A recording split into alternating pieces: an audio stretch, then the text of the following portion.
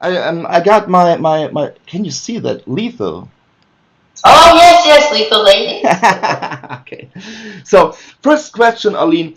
What do you think makes Hard Ticket to Hawaii still very special, so much special for all the trash and action fans all around the world? I mean, is it just the famous, I don't know, skateboard, rocket launcher, puppet doll scene, or is it the snake rubber, or is it the sometimes appearing sumo wrestlers, or what is it?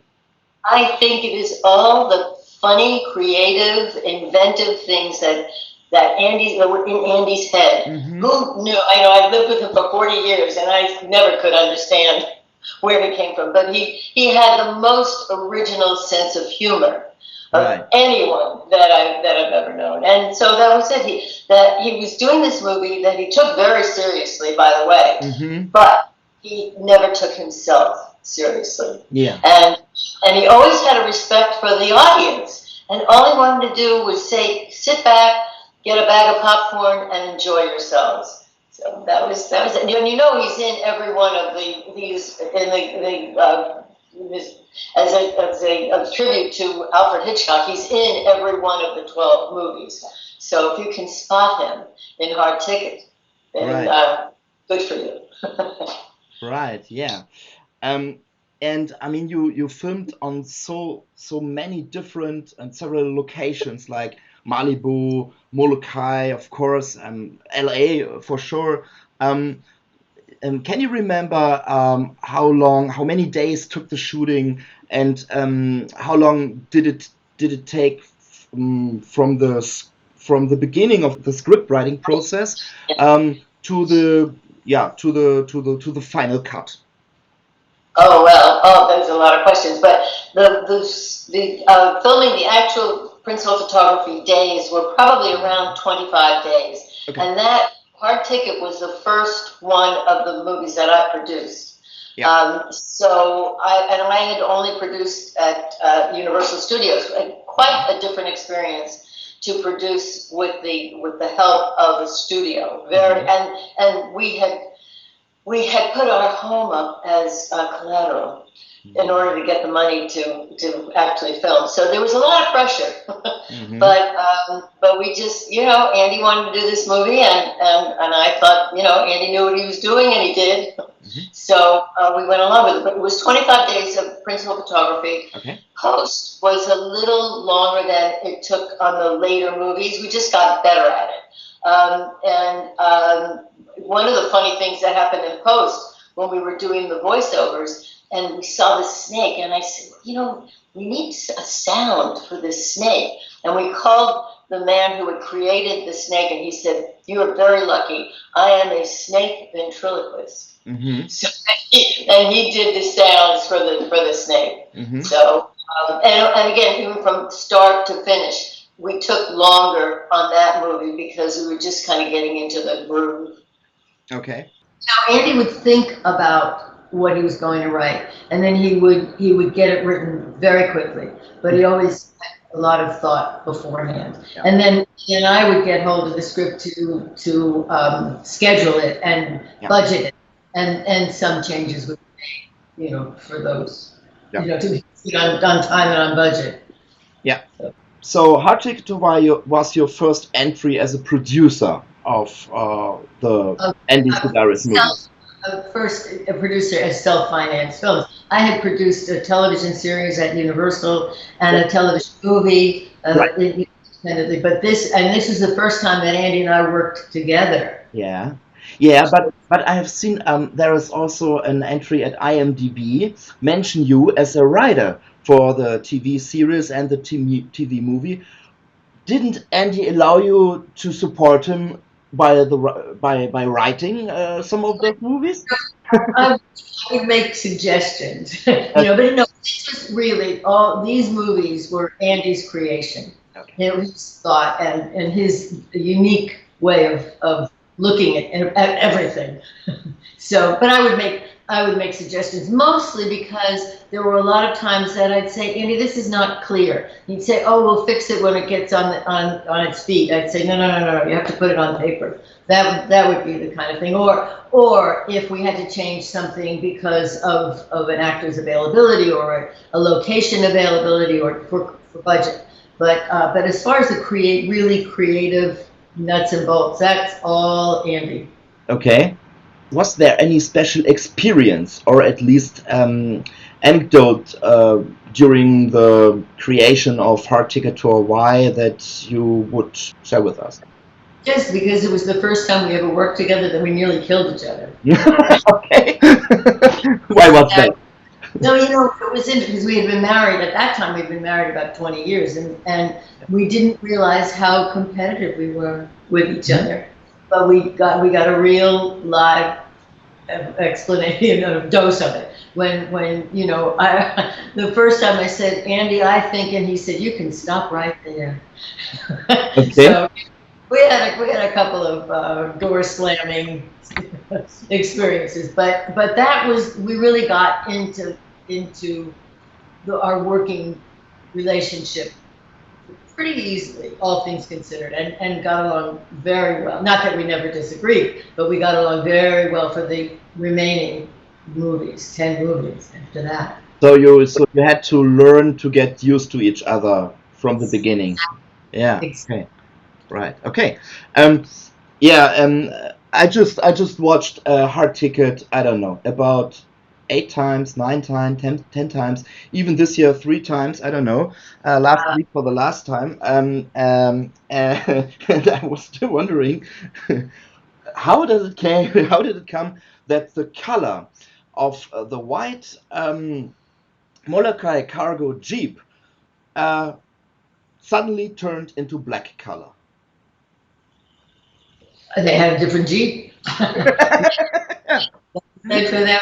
Yeah. But I love watching the movie with an audience, because the most recent was in San Francisco, and this was before COVID, before the COVID, and I was there with an audience, and I would say that maybe only 10% of the audience had already seen the movie. And the reaction, because they knew what was coming, and it was just so much fun that they get the joke. That's the secret. So I have friends who are very sophisticated film watchers, makers, whatever, and they don't get the joke. And I keep saying, this movie was not made for you. Yeah, of course. Yes. You must not try to understand the story. You have to have just a sense of humor. And accept that that's what this movie is about. And he never took himself seriously in life or on the screen, ever. Yeah. He had a very right. This is about sense of humor, and it's style over substance. Oh yes. Yeah. Style. Right. His style is incomparable. Right. Arlene, you once said that you personally like Fit to Kill and Return to Savage Beast, Beach, sorry, not Beast. Beast is also very funny, but Beach the most. Why is that? Well, I just rewatched Fit to Kill. I just finished Fit to Kill just 20 minutes ago. Oh, really? I thought that Fit to Kill was the smoothest movie, the kind of the sleekest, maybe the most glamorous of the movies. Mm-hmm.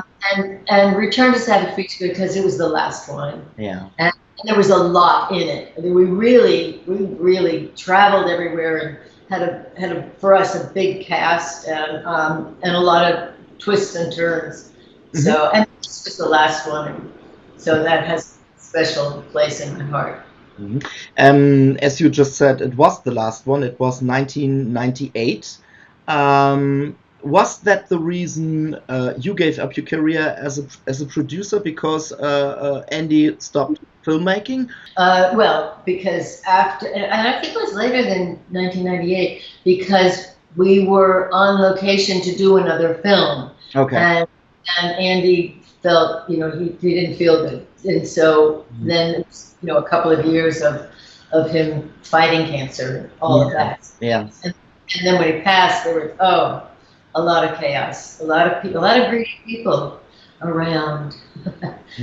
So you know, just reorganizing my life, and you know, people have come to me to either do remakes or do another film, but not, you know, not, it's never been the right deal. And now with streaming, for a couple of years, there was a lull because the television business was kind of fading. So I was thinking of going into another business. But then streaming came around, and the movies are really enjoying a new life. So between the streaming and the merchandising, so it's not the 80s anymore, but it's enough, you know. Okay. Okay, now to something more funny. The MPAA, because well, it's just not that funny actually. The MPAA had a problem with with the very popular explosion scene of the rubber doll. Is that right? I mean, what the fuck? Of the skater. Yeah. Of the, Yeah. yeah. Oh, The yeah. rubber, We got an X rating because they thought it looked too real. You know, that we. So we went back, and actually, you know, that was a little difficult to, you know, to negotiate the R rating. But then after that, they got the joke, so we didn't have that problem. But you know, when I got the report that they thought it looked too real, I thought, what? That looks real. So you were able to explain it to them. I mean, look, take a closer look, and then you see it's not that real. Yeah. Right. Okay. Right. Okay. Andy shot Seven. We already have seen Seven. Yeah. In 1979, I guess. And Malibu Express, he did in 1985. So there are 6 years between these movies. A noticeable gap, I would say. How was it? I mean, have you an idea what had happened during this 6 years? Yeah, Why did it take so long? Andy was a multi-Emmy award-winning director for ABC Sports. Yeah. He had head director. He was the first person to take the camera off the field and develop the famous honey shot. Yeah, we'll come to that one later. Yeah. That was his career. I mean, and in the meantime, he was, you know, he was writing and all that, but he had a full professional life in between. He wasn't making movies. Okay. With Malibu Express, which he did in cooperation with Playboy, and he had full, you know, reign of how to shoot the film, etc. But when he screened it, Hefner liked the women to be unreachable and kind of austere and on a pedestal, and so he was not happy with the women, you know, running and fighting and sweating and all of that. So Andy brought back, and you know, the beginning of the 12 film package that we own. Okay. Yeah. Okay. Just talked about Seven. There's a wonderful scene nearly at the beginning of the movie, and Donna says, "I can't believe it! You have another spy movie poster, and it's in German, and this is exactly this one. And in German, the title is called Seven, die Superprofis. That just means seven, the super profi, right? Experts. And it's exactly this German artwork, this German poster, standing in the foreground of the scenery. And I was always wondering, why did he do it? Why did he put a German version as a poster in front of the Malibu Express poster and the Stacy poster, which are all in the background? Have you any idea? He just liked the international flavor of the films. Okay. You know, that's an international acceptance and fan base. Yeah. So that was it. Yeah. Okay. It's cool because it's. Yeah. Our international representative was Dieter Mentz, who was Atlas International. I don't know if you know that name, but he was very well known. His company was very well known in Germany, and they did a great job for us for a number of years in the international distribution. Right. Okay. I don't know his name, but yeah, it makes sense then. Okay. Yeah, thank you. Let's talk about a little the meta level humor Yeah. on this film. I mean, I love it. um, there's the interview scene with the football guys.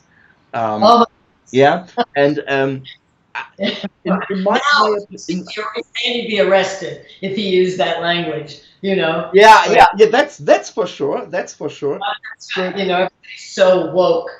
yeah, But I always wonder with just the politics and all that, but also about being proper and woke and all of that.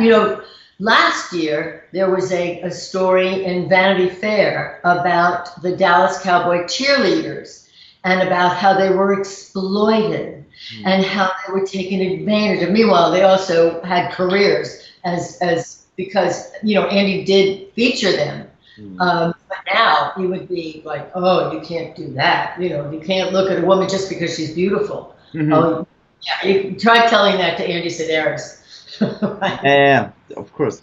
Yeah, I mean, for me, this sequence always was a little kind of inappropriate as a kind of comedy or slapstick scene that slowed down the pacing and the storytelling. But being aware of the background story of Andy's career as a TV sports director for the American broadcast television for about, I don't know, 28 years or something, I have to admit that he just simply showed us how embarrassing live interviews on television can be, right? Yeah, but also, just how people did talk to each other. Yeah. You know, Yeah. uh, he had no impact. At his memorial, said that people didn't realize how smart he was because he couldn't make a sentence without using a four-letter word. Right. So, he just had a way of expressing himself without any anybody telling him that he couldn't do it. Yeah. No restraint. Yeah. And another famous and really funny scene is when I think Donna Hamilton was the character's name. I haven't heard from Cody Abilene since he left the agency and become an actor. And they are talking about the Malibu Express movie poster on the wall. I mean, this is so funny. This is so meta level humoristic. God's sake! I mean, he's just a character of a previous movie, and not an actor, not a real person. Right. Yeah. And then referring to his physical attributes. Yes, also. correct. This is very funny, and it's not in Hard Ticket, but we have Geoffrey Moore as Kane in some of the later movies. Right. The bad guy Kane, and there is one scene. I remember one scene. Was it in? I don't know. Hard Hunted.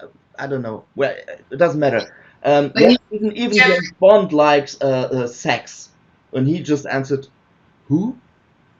Who is James Bond?" I mean, this is so funny because Geoffrey Moore, R.J. Moore, is the the son of Roger Moore. Right, and in that film, he was wearing the tuxedo that Roger Moore had worn in the Bond movie. Ah, really? Okay. Really, nobody knows. Okay. We know that. Yeah, that's really, really funny. You just mentioned, Arlene, you just mentioned the honey shots. And you established the honey shots, actually. Yeah. Would you say that from today's perspective, how can I say, he has received too little recognition for that? Would you say so? Would you? I don't know. I haven't thought about it in those exact terms, but certainly people know that. But he was the first person to take the camera off the field, and that was from his journalism background. Yeah. That's studied journalism in college. So he wanted to tell the full story, and his way of telling the full story was to see the beautiful women in the audience. That was, that's just fun. Yeah. Attention. Yeah. That's yeah. Yeah. Okay. Talking about spy movies, Andy obviously was a James Bond fan. Yes. Yes. Oh, yes. Yeah. Did he ever mention which Bond movie and actor he liked the most? No. Okay. No. Okay. Yeah. Okay. Yeah. Sean Connery for sure was the epitome. We were sitting in the Polo Lounge at the Beverly Hills Hotel, Yeah. and I was facing the door, and he was facing me, and he said, "What's wrong?" I had seen Sean Connery walk in, and my jaw dropped. He was distracted. Yeah. So maybe Sean Connery was it. Okay. Yeah. The focus on nudity always remembered me on the classic Ross Meyer action, or at least nudity movies like. Ross Meyer had achieved his notoriety, his fame in his category, but I don't like the women that we chose, that Andy chose, were different, were, I think, more feminine and more respectful of yeah, but when we I was thinking of not of all his work, but especially of Faster Pussycat Kill Kill, which is mostly the most favorite of his films ever made from the 60s in black and white. That even Quentin Tarantino had focused on by using the idea of the movie in several of his films. So that's why I thought maybe that Andy, had a focus on this one as well. No. Okay. No. Yeah. And Tarantino, by the way, I mean, had paid homage, if you will. Yeah, for sure. To our films with the snake and the yeah, yeah, that's right. Yeah. And Andy spoke to him once because he wanted to say something complimentary, but Quentin didn't call him back. But that's so much for him. Mm-hmm. Okay, but in the audio commentary, Andy said that the last duel between Donna Spear and Rodrigo Obregon was an homage to Brian De Palma's Dressed to Kill. That was the scene where Donna Spear, she will be pronounced Donna, I heard. Donna is, there's very much slow motion, the scenery is very slow, and so, but for me, the very sequence, and especially the part when she's hiding in the closet, always remembered me to John Carpenter's Halloween, especially Jamie Lee Curtis. Was it a coincidence, or is there something real? Not sure that I certainly did not go to horror movies, and I don't think that Andy ever saw that. I don't think so. Okay. I mean, it's so obvious the way it was filmed, the way Rodrigo tried to catch her, tried to get her. If you compare this scene with the scene in Halloween, where Jamie Lee Curtis, Laurie Strode, is hiding from Michael Myers, it's nearly the same atmosphere. Oh. Yeah. Okay, but anyway, yeah. Yeah. One of the trademarks of or in these films are the extraordinary gadgets, for sure. And we already mentioned Tarantino, and I don't know if you can see it. I have a stand here from Planet Terror. That was the Grindhouse project from Robert Rodriguez and Quentin Tarantino, and you see Rose McGowan over there, and she obviously has some crazy gadgets and is by no doubt a girl with a gun.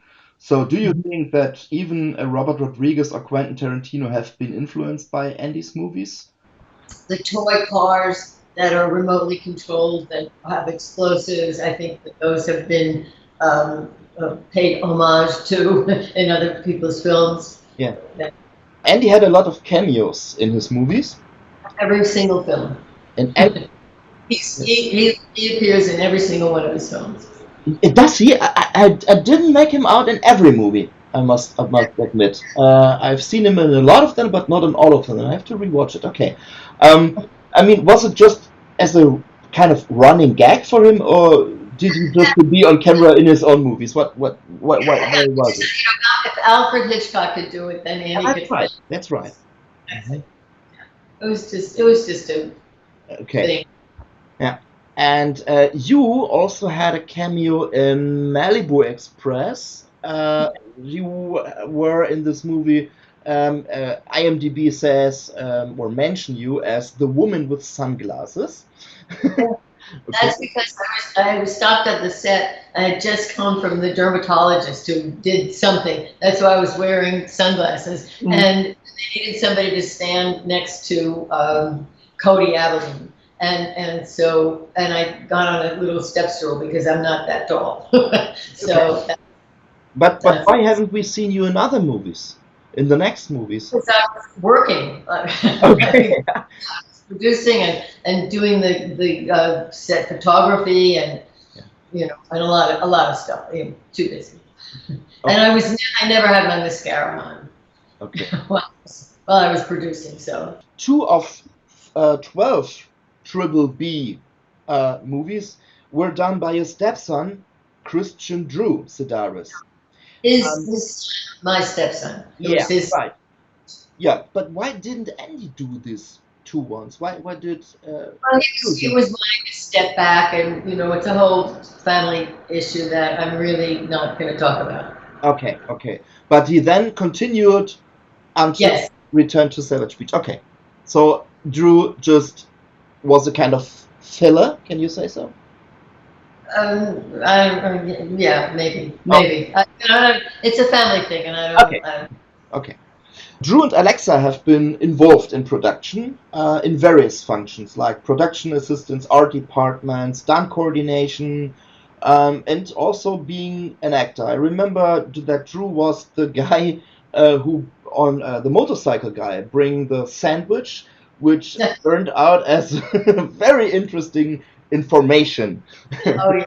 Yeah. Right. And how were it for you as parents to work with your children, and how did they feel on the set actually? Well, I can't tell you how they felt. I mean, I just know Alexa worked as a production assistant on one film, but she's a jewelry designer, and that's her career. So she wasn't interested in participating. Okay. Mm-hmm. Yeah, I've always been a fan of creature features. Obviously, you're not. Creature features as kind of the horror subgenre, and I really like the snake scene or the whole snake stuff in Hard Ticket to Hawaii.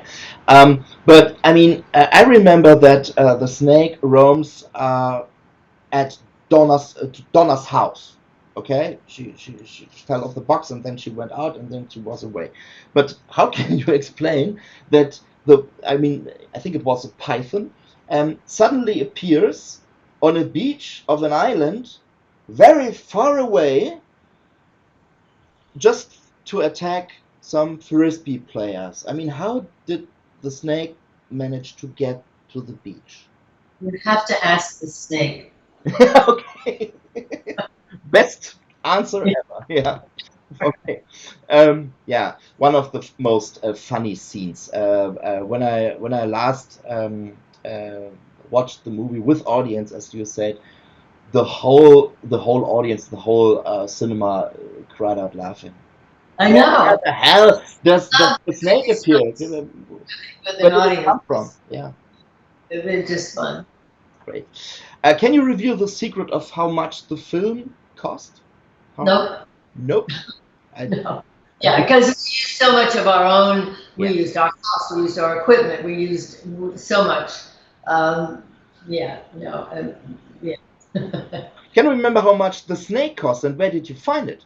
Well, the snake we tracked down by this snake fabricator, and who is also, a snake ventriloquist. But it was, it was a manufactured snake.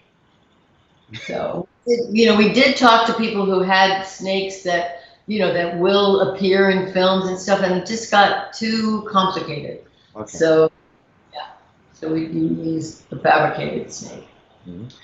Okay, without giving an exact number, Arlene, but which one of the 12 movies, or at least the 11 ones you produced, was the most expensive one, and how difficult was it to find the money to realize? Oh, well, we self-financed the films. We put our house up as collateral, which, people could say, oh my God, what a danger. No, but that's what we did. So we owned, I used to say, the good news is I don't have to ask anybody if I want to spend $1,000.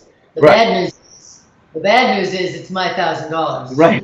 Yeah. So I think that the most expensive one was Hard Ticket to Hawaii, because it was the first one we did, because we were just getting into the groove of self-financing and doing everything. There are just a lot of things that were new to us. Right. But we caught on pretty quickly. Oh, that's interesting. Okay. Luckily, we will release this one. Yeah. Okay. What else? Ah, yeah. Is it right that you had the idea of the lethal? The what? The Legion to ensure total harmony and law? Yeah. LETHAL? Yeah. We needed. Good idea. Yeah. How did you come up with this? Well, just that we needed something, a trademark kind of thing. Okay. So that was it. Yeah. Arlene, you brought many actors back on the screen, like Donna Spear, of course, Hope Carlton, Bruce Penhall, I think. Rodrigo Obregon. Oh, Rodrigo. We had to have Rodrigo in every single film, and there was a film where he had gone back to Colombia, and he was in the army, by the way. Yeah. And he came back to Los Angeles, and we had already started filming, and we were almost fully cast, and we didn't have a place for Rodrigo except for Large Marge. And so he put on a wig and a skirt and high heels, and he was Large Marge. And there he was. Yeah. Was the atmosphere on the set then very familiar, because most of the people knew each other, or or did the playmates sometimes have a kind of, how do you call it, cat fight? Oh no, there were two incidences in the 12 films where the women did not cooperate, and so I had the ability to not invite them back. Okay. That was it. Okay. Yeah.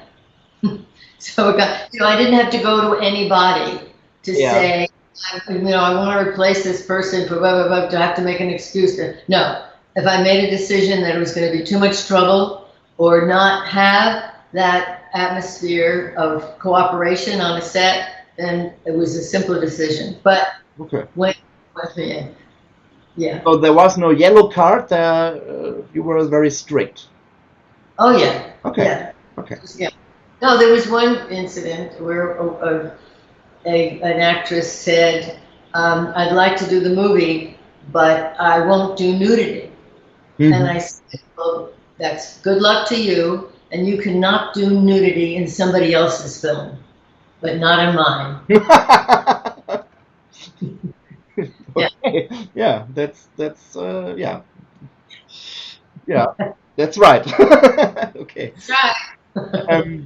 Have you ever had an accident on the set? Because there were so much explosions and stunt scenes, and so did anything happen?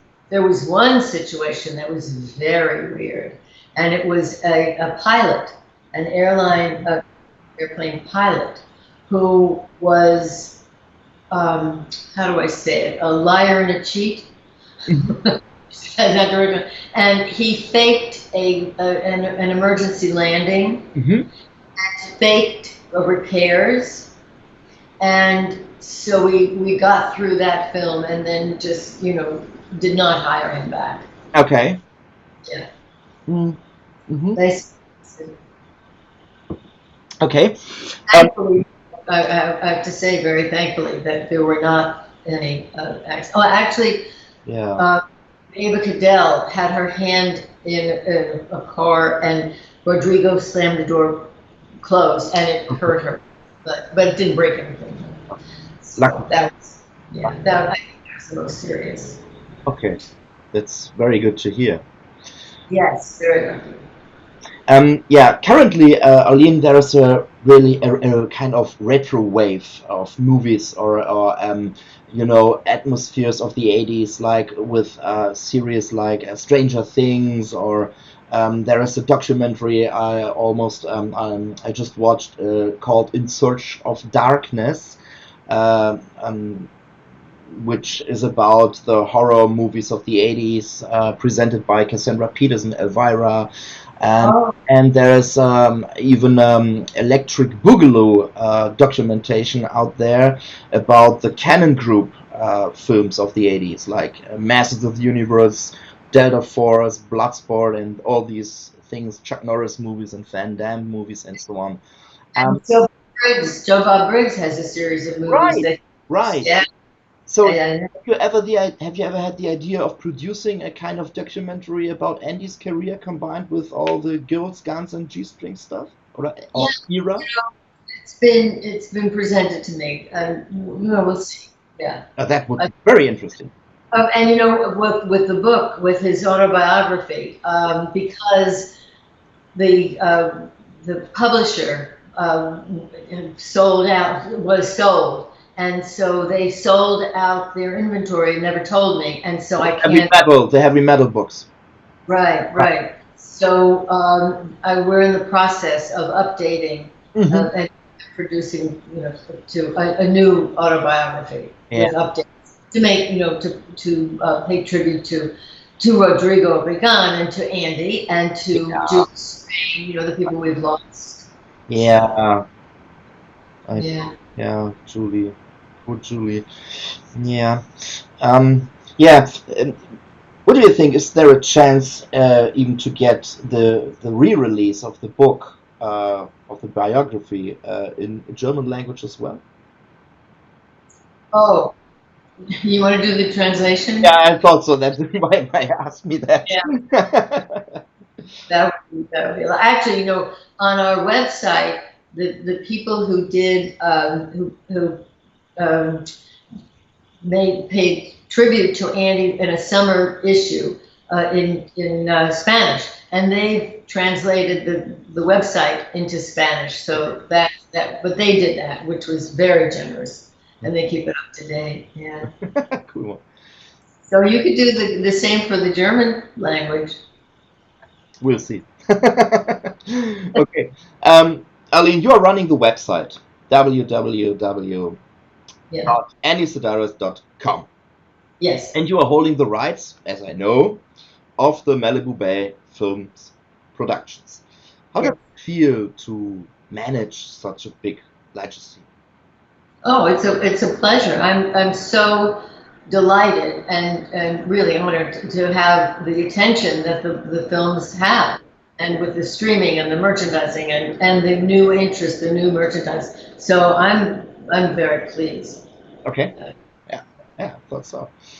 Let's talk about the soundtrack of Hard Ticket to Hawaii for a second. I was so happy when you told me that there will be a release of the soundtrack, because I really love the soundtrack of Hard Ticket to Hawaii. I always did. And there were some some recordings on YouTube, but the quality was not that good and so on. And then we had a conversation and via email, and then you said, by the way, we got I made out a record company in Germany, Right Records, and they will release the soundtrack. The soundtrack which will come on this media book for the very first time ever on CD, because Enjoy the Red Records just released the music cassette and the vinyl. Yes. not a compact disc. So, Right. I mean, there's this cheesy pop song, "Hard Ticket to Hawaii," the very first one. The movie starts with an action scene, the most violent in all of these movies, I guess. And then we have the very famous opening credit scene with the cargo boxes and all your names on the. I love the scene. And there is the main title, and the main title is really cool by Gary Stockdale and Kevin Klingler. And then I thought, okay, that was the main title, but no. Then we have the scene with the airplane flying around Hawaii, wherever. And then we are listening to the song "Hard Ticket to Hawaii," sang by Jay Molina. And Jay Molina, I remember Jay Molina as a bass guitar player, and the father of his son Andrew, who plays ukulele, Hawaiian music. More than I. But I never heard him sing, and his voice is so funny. The music and the lyrics and the music and the voice, the vocals, they sound so funny. How did you come up with this song, or how did you find Jay Molina? That was Gary Stockdale. Gary Stockdale and Kevin Klingler, who we contracted with them to do the music, Okay. and they presented it to us. Okay. And we had maybe a couple of notes, but that was best choice for the main title track. Really, I love the one, and I'm so pleased.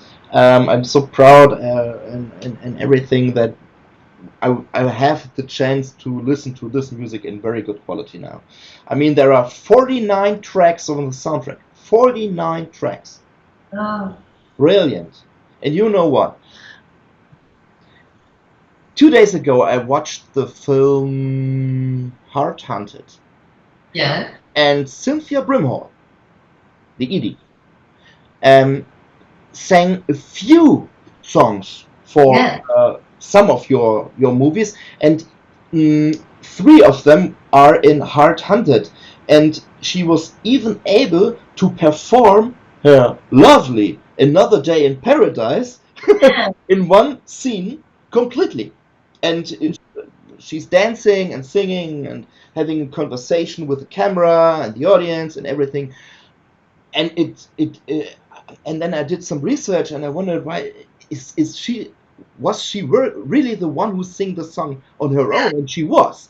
And now my question is, of course, okay, we now have a Hard Ticket to Hawaii soundtrack. But what about the other movies? What about Cynthia? What about Another Day in Paradise? Is there a chance to get maybe some kind of best of compilation of all the other movies? Another release.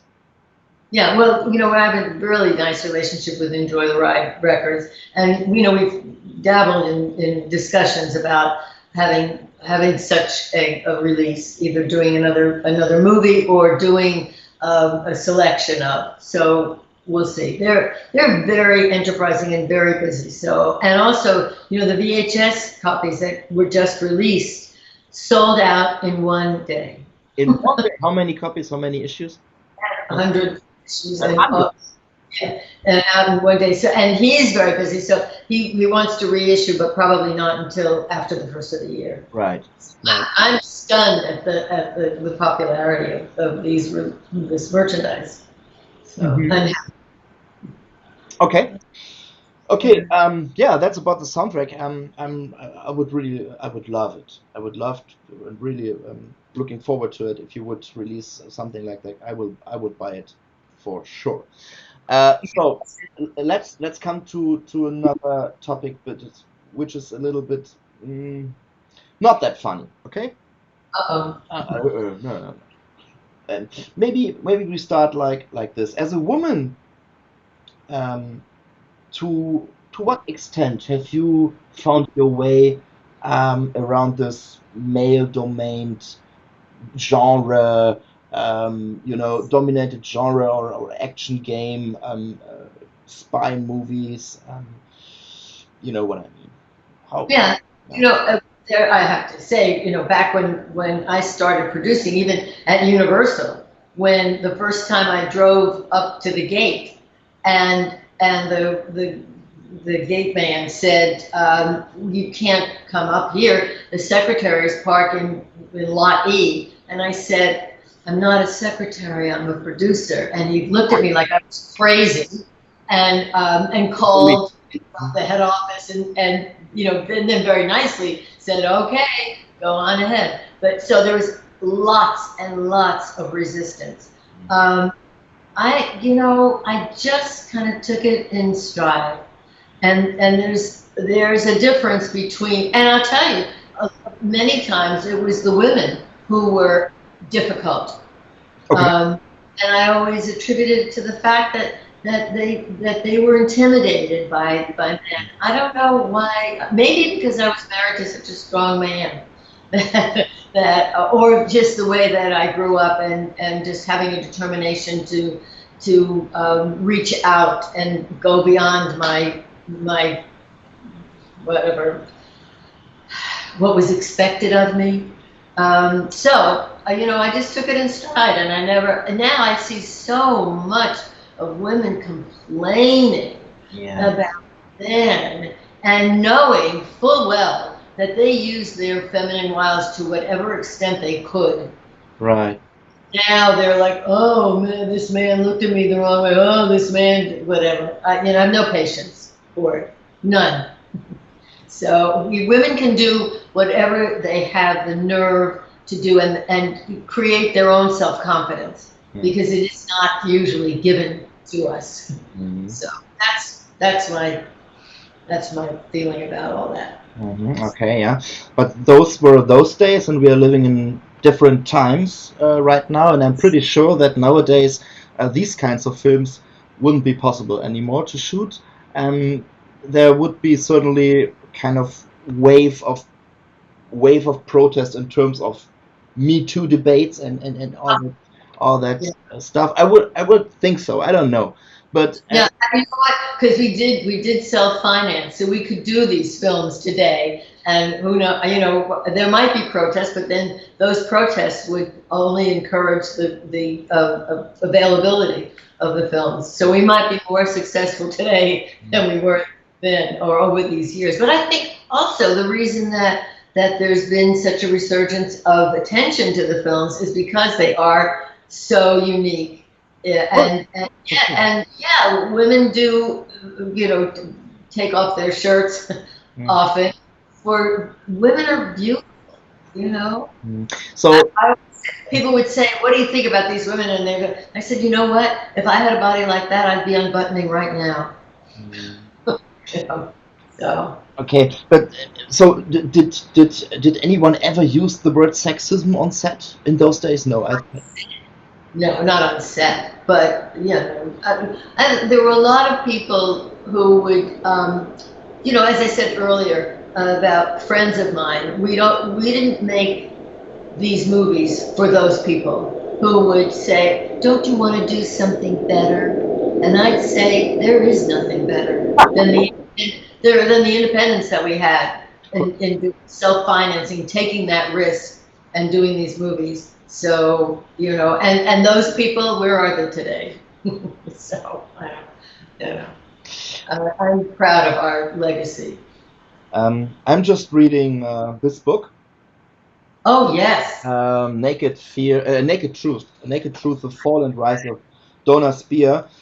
Just have not finished it yet, but it is really, really interesting. And I was wondering, Hard Ticket was Donna's first movie.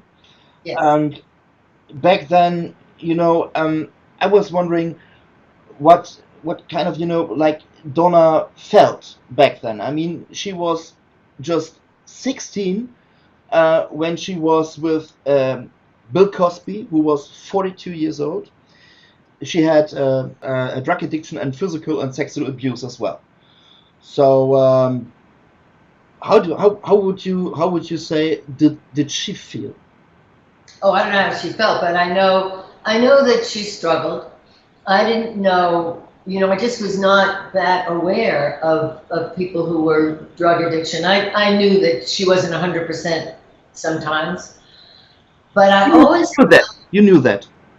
You were. she wasn't 100%. Okay. Yeah, but I thought, well, she's inexperienced and she's insecure. I didn't exactly attribute it to drug use. But one thing that I always said was that Donna didn't appreciate the effect that she had on screen, about what a strong character she was, that the camera loved her, and I think that it took her long. I don't know if she ever really appreciated her power.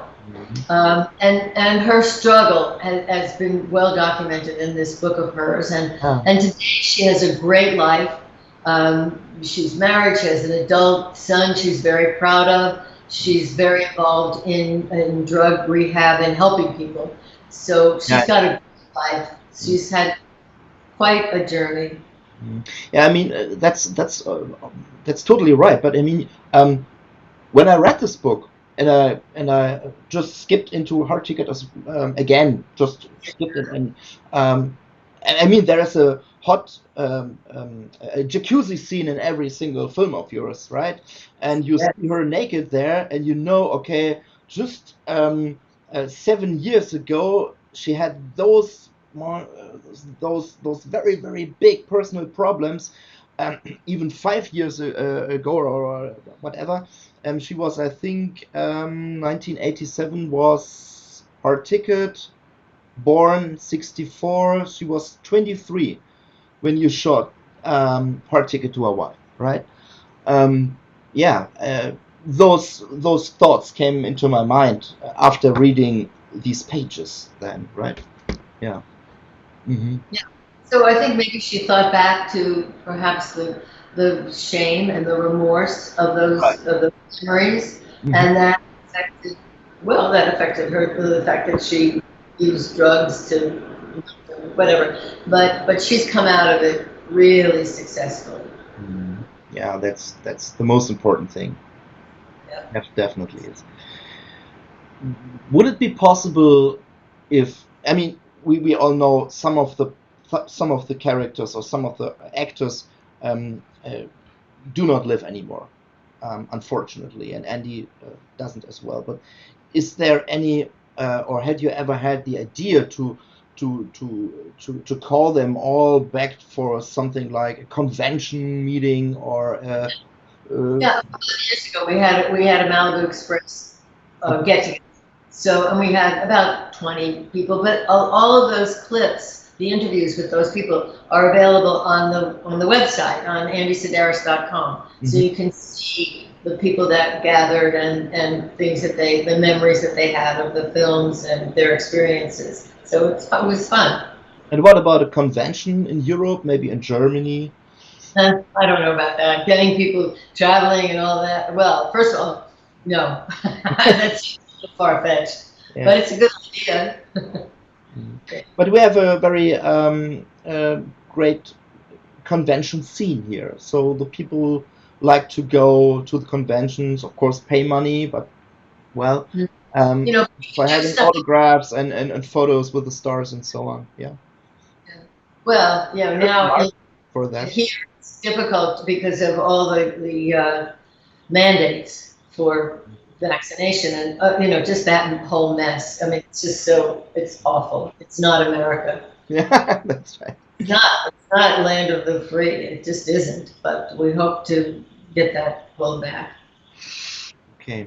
Yeah, Arlene, if you watch current productions in cinema, don't you miss the good old B-movie times?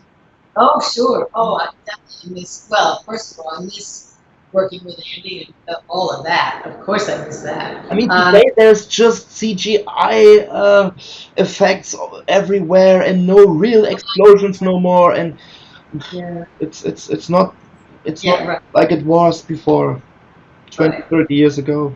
Yeah, I don't know how we would have adapted to the present. These extraordinary scenes of action and explosions and all that. I don't think that we would have bought into all of that because that wasn't the appeal of these movies. I think the appeal of these movies is the irony and the sense of humor. Right. That I think we would have gotten into more humor, more beautiful men, beautiful women, beautiful explosions, and laughter. Yeah. Okay. I saw the behind the scenes material you sent me for the special featurette for the media book. And there was a behind the scenes featurette with Andy talking to Julie Strain. And Andy held the camera on the ceiling, and there was the airplane model of her to Hawaii. Is it still hanging there? Oh yes. Oh there? yes. Oh yes. So please make me a photo. Send me the photo, and we put the photo into the media book. Oh, all right, I will. Can send me the photo via email. That would be cool. Yeah, what I couldn't find, I did find the switch to turn the interior lights on, but I think that there's something wrong with the switch to have the propellers work. So I have to try. I've been online to try to find somebody to help me to fix that, but I haven't. But yeah, no, I love that. I love that. Looked awesome. Yeah. Yeah, if you could do a picture for me and just send me the picture via email, that would be perfect. And we would print it next to our interview, and yeah, that would be cool. Arlene, we are finished. Any last words for the fans? I just want to say about the plane. Yeah. Where the plane was built by a couple. They are what do they call it? They have some scientific career, very, very brilliant people, and this was their hobby. And so when the plane was first hung, you could see the chain that was, and it bothered me. So they came one Christmas. They came dressed as Santa, and they took down the plane and put it back up with piano wire. So now it looks like it's flying there. I love it. Great. And it's great to talk with you. I'm so pleased with the attention and the fan base that exists through your connection. Makes me very proud. So thank you very much. Thank you, Arlene. Thanks a lot. That photo of the plane is the lighting's good. Please do that. You got my email address, and I will find some space. Although we had a lot of conversation now, but anyway, we will find some place in the media book to put this photo in. I would love to see it. Okay, so thanks a lot. Thanks a lot, and have a good day. Okay, bye. Take care. Bye. Thanks.